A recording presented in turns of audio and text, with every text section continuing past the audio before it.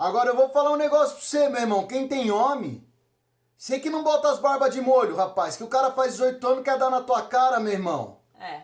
Você tá de brincadeira, brother? Tu pode ter 5 metros de altura, te deito no aço, rapá. Porque eles... É verdade mesmo. É verdade, é assim. É o instinto, né? É o instinto da masculinidade. Então, se você não ditar as regras e não colocar, né, dar uma segurada, vira os dois velhos no canto, entendeu? Vai botando Ó, mais. Eu vou falar baixo que o Bruno vai escutar, que ele tá acordado. Mas dar bronca no Arthur é fácil. Ele tem 13 anos, é moleque. Aí eu olho pro Bruno, primeiro que eu olho assim pra ele, né? Abaixa aqui que eu quero falar com você, moleque. Então ele já é grandão. Rapaz, mas outro dia o negócio treitou, fi. E aí não teve história. Aí a gente tem que relembrar que ele é filho e eu sou pai. E ele vai me respeitar por isso. Querendo ou não querendo. Principalmente se ele ama a Deus. Não é nem por mim. Se ele ama a Deus, ele vai honrar o pai. Mesmo o pai sendo, entre aspas, um traste. Ele vai honrar o pai, como filho. Então, às vezes, a gente tem que puxar de volta aí. Senão o negócio fica estranho. Olha só. Alguém quer falar alguma Opa, coisa? quem? Renato?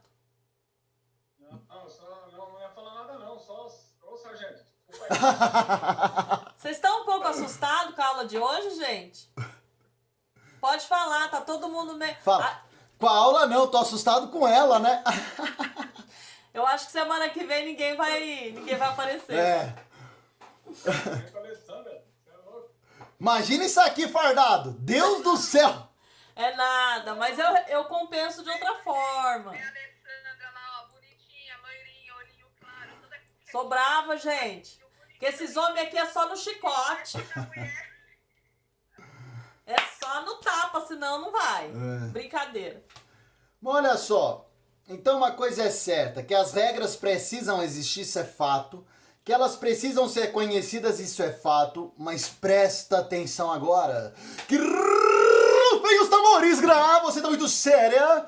Então agora, voltando pro nosso lado cômico, bora lá, porque antes das regras, tem que ter relacionamento, miguinho. Tem que ser parça, tá ligado, brother? Agora eu vou falar com o Renato como se eu fosse da favela, da quebrada, irmão. Tem que ter aquele papo, tá ligado? Renato, eu mandei você prender ele ontem, você perdeu a oportunidade. Olha só, olha o que fala. Vamos lá para Provérbios 27, versículo 9. Porque como diria lá Galvão Bueno, a regra é clara, Ney. Então olha só, Provérbios 27, versículo 9 diz assim: como o óleo e o perfume alegram o coração, assim o amigo encontra doçura no conselho cordial. Então deixa eu falar uma coisa, embora nós tenhamos aqui uma relação de pai e filho, de filiação, de mãe e filho, nós temos que plantar nesta relação um relacionamento. Um relacionamento de tal forma que quando eu falar com o meu menino, ele vai me escutar. Por mais que ele discorde, ele vai entender que dali está saindo um conselho de alguém que o ama. Então ele tem que entender esse relacionamento, ele tem que entender que o que sai daqui é pro bem, não é pro mal. Pode até ser, e isso acontece, que a minha ótica e a ótica dela em determinado momento venham a estar equivocados. Pode acontecer mesmo. Mas a ideia é plantar um caminho produtivo na vida das crianças. Então os filhos, eles percebem isso quando eles encontram um relacionamento. Bora lá. É simples assim, quando você conversa com alguém que você sente que gosta de você, por mais que você discorde, você trata mal? Em regra, não. Você fala assim, olha, pô, vou ser sincero, cara, eu gosto de você, não concordo com o que você está falando, pô, te agradeço, mas não concordo, mas, puxa, obrigado por ter me avisado, enfim. Você trata aquela informação de uma forma receptiva e cordial. Diferente quando é alguém que você não tem o mínimo relacionamento. Se o cara chega jantando, você nem conhece, você fala assim, e aí, meu irmão, te conheço da onde, rapá? Tá me tirando, fi? Oxi. E aí você não aceita. Agora, quando é com doçura, puxa, a vida aí é gostoso. Aí vale a pena. E quanto maior o relacionamento, olha que interessante, a probabilidade é que no amanhã ele não vai esperar eu descobrir alguma coisa para falar, ele vai perguntar. Ele vai falar, ô pai, deixa eu fazer uma pergunta. O que você acha? Poxa, cara, e ele tá me vendo como um amigo, como um parceiro, como um cara do bem. Então, além do respeito como pai, ele vai estar escutando o pai como um verdadeiro amigo, um relacionamento legal, como dizem Provérbios. Tá fazendo sentido, gente? Tem que ter um equilíbrio, né? Então a gente fala dessa parte dura, das regras e tal, mas tem a compensação do amor. Você tem que dosar isso daí. Se você der só amor, meu pai falava muito isso, se der só amor, vai ficando mole. Aquilo vai ficando mole.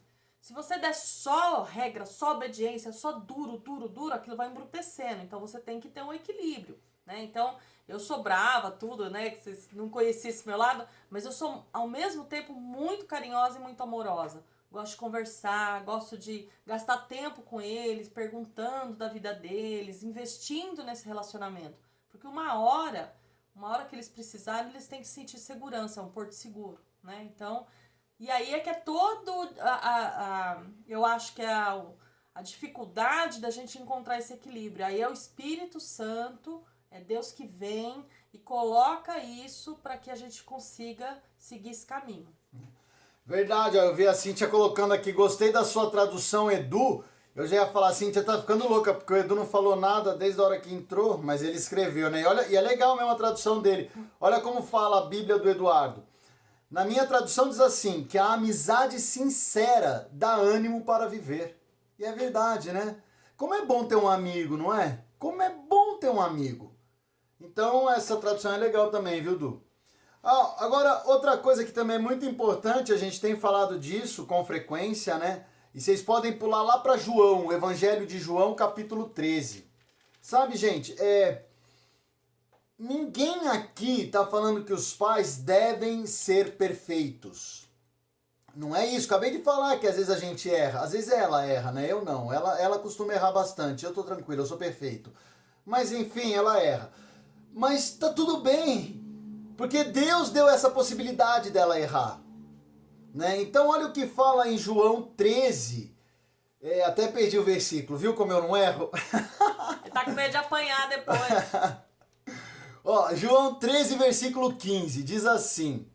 Porque eu vos dei o exemplo para que, como eu vos fiz, façais vós também. Então, olha só, a primeira deixa de João 13,15 é que Cristo nos deu um exemplo para que viéssemos a segui-lo. Agora, bora para a primeira carta aos Coríntios 11:1.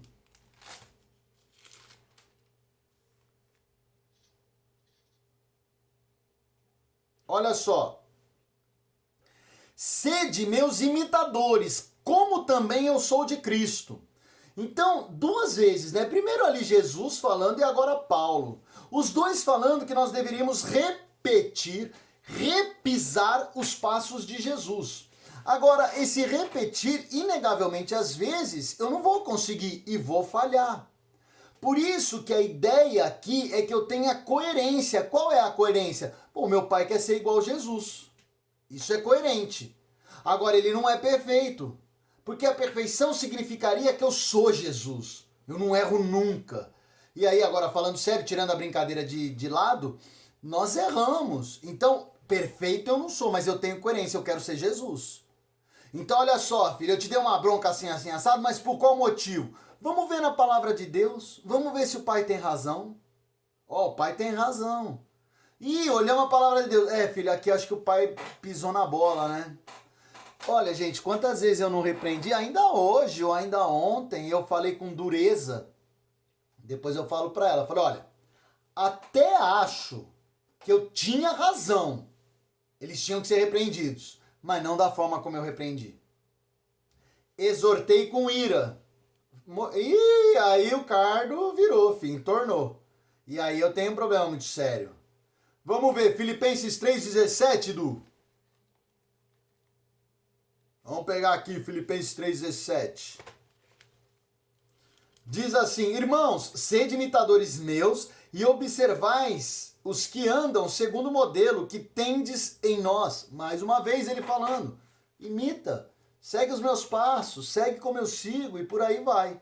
Agora, inegavelmente que a perfeição eu não vou conseguir ter, mas eu tenho coerência, tá? Eu tenho coerência. E olha que interessante, ontem, essa apostila aqui, embora a gente recupere ela e adeque, mas essa parte ela é antiga. E ela fala a mesma coisa que o pastor falou ontem. Olha só, ser pai é ser mestre. E ser filho é ser discípulo. Então, só relembrando o significado de mestre que o pastor passou ontem. Ser mestre não é só passar uma informação, é buscar uma transformação. Então eu vou informar qual é a verdade, mas eu vou tentar fazer com que ele se transforme, sendo uma pessoa melhor, mudando o jeito de ser, mudando a forma de tratar as coisas, então tendo ele também uma novidade de vida. Tá dando link, irmãos? Tá dando... Se vocês quiserem falar, dá um salve, hein? Então, beleza. Então, eu tenho que ser um mestre e o meu filho ser um discípulo, né? Aprende seguindo e segue aprendendo. Tranquilo. Mas eu tenho que ter inspiração e motivação. Foi mais ou menos o que nós falamos para aquela mãe ontem. Olha, que você tenha inspiração e que você continue sendo uma mãe que busca ensinar a verdade de Deus, por mais difícil que pareça. Então o Espírito Santo me inspira e me motiva a continuar. Porque às vezes é difícil. Às vezes você repreende, exorta e tá na mesma. Fala, oh, mas se não muda. Coisa chata. Mas daí você tem que ser motivado. Fala, não vai mudar, um dia muda. Um dia vai. E aí o Espírito Santo te inspira e você vem com uma nova deixa e o moleque aprende. É. E assim, rotineira, sucessiva e continuamente nós vamos vivendo na educação e criação dos nossos filhos. Tá indo bem, irmãos? O que vocês estão achando aí do nosso bate-papo de filhos? Filhos e filhas, né? Porque senão o Ney vai ficar bravo, porque ele só tem menina. Então é filhos e filhas, né? Fica tranquilo. E isso vai ser um processo contínuo, né? Porque vem fase, cada fase parece que a gente vem uma situação nova, né? E a gente tem que conduzir os filhos como um exemplo, eles nos veem como espelho, né? Para que eles possam nos ver como espelho deles. É. E é muito interessante, quem tem mais de um, às vezes o que você usou no primeiro não funciona no segundo. É impressionante. Até eu tenho um exemplo bem bobinho, mas que ali ligou o clique, né? Eu já contei do pão pra vocês. O Bruno, ele era... A gente ia pro shopping. Já contou, já. Já contei? Eu acho que já. Do pão? Ó, o Eduardo até saiu, ó. Não contei, Não lembro, não. Essa foi boa, né, deixa. Renato? Deixa Tô eu brincando, pode contar, era brincadeira. O Bruno, ele... Culpa do Eduardo. A gente ia no shopping, às vezes a gente, Maria de primeira viagem, queria comer um McDonald's, um lanche e tal, e o Bruno ficava se mexendo no carrinho, aquela confusão, o Wagner falou assim, leva um pão pra esse menino ficar chupando aí, ele fica lá no carrinho, chupando o pão, né, pra gente poder sentar, comer e tal. E aí, levei um pãozinho, ele ficou chupando aquele pãozinho, e a gente comeu lanche e tal, numa boa, pá. Legal. Aí, quando nasceu o Arthur não parava no carrinho, ele nunca parou em lugar nenhum. Eu falei, o pão, o Wagner falou, leva o pão, vai dar certo, leva o pão, que aí a gente já tá com o Bruno come a batatinha, a gente consegue tomar um lanche, né? Praça de alimentação lotada, cheia, lá em Mogi. Paramos, estacionamos, parava o carrinho, o Arthur já começava, né? Já querer arrancar o cinto. Já saquei o pão da bolsa e dei. Ele olhou, fez assim, ó. Jogou no meio da praça. Caiu na cabeça do velho que tava lá na mesa do lado. Gente, eu fui lá pedir perdão. Falei, desculpa, o Vagninho já querendo socar a criança. E eu passando mal. E aquilo, tipo assim, olha, não funciona. O que fez pra ali Deus já ministrou no meu coração, sabe? É outro ser, é outra pessoa. Não vem com as suas regrinhas, essas coisinhas, achando que tá tudo bem, que você vai ser desafiada, né? Então foi muito engraçado, na hora foi super constrangedor, né? Eu catando pão lá embaixo da mesa do homem, gente. Uma vergonha, né? Mas eu gosto de exemplificar pra gente ver que é super diferente um do outro, né? Então tem coisas que não funcionam. A Cíntia falando que não sabia dessa história, acho que ninguém sabe. A Graciele também. Amém. A cara dele, né? Tinha que ser, né?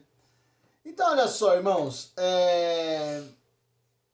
O que é a Rose ali, ó? Os meus são personalidades totalmente diferentes. É isso mesmo, né, Rose? Eles são... são duas pessoas diferentes, como cada um é diferente de cada um, né? Mas, enfim, estamos chegando ao final do nosso bate-papo, Graciele! Eu adoro a Graciele. A Graciele é show de bola. É isso aí, Gra. Chegando ao fim de mais um bate-papo, onde podemos entender melhor a nossa vida, né? Vamos tirar print. Ô, Cíntia, mas você tem que aparecer, né? Aê, Cíntia.